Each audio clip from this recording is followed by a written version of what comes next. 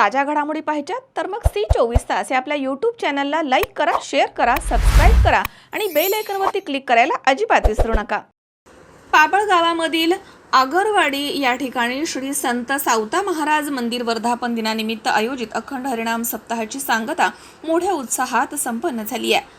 पाबळ आगरवाडी या ठिकाणी माळी समाजाचे आराध्य दैवत श्री संत सावता महाराज यांच्या मंदिराची भव्य दिव्य उभारणी करत ज्या दिवशी कलशारोहण सोहळा संपन्न झाला त्या दिवसाची आठवण म्हणून दरवर्षी अखंड हरिनाम सप्ताहाचे आयोजन आगरवाडी या ठिकाणी करण्यात येत असतं। या अखंड हरिनाम सप्ताहाचे सांगता काल्याचं कीर्तन महाराष्ट्र भूषण हरिभक्त परायण विशाल महाराज खोले मुक्ताईनगर यांच्या सुश्राव्य वाणीमधनं संपन्न झालंय।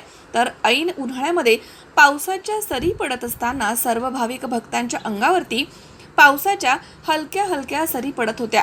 अभिषेक करत भक्तिमय वातावरणामध्ये हा अखंड हरिनाम सोहळा मोठ्या उत्साहात संपन्न झाला आहे।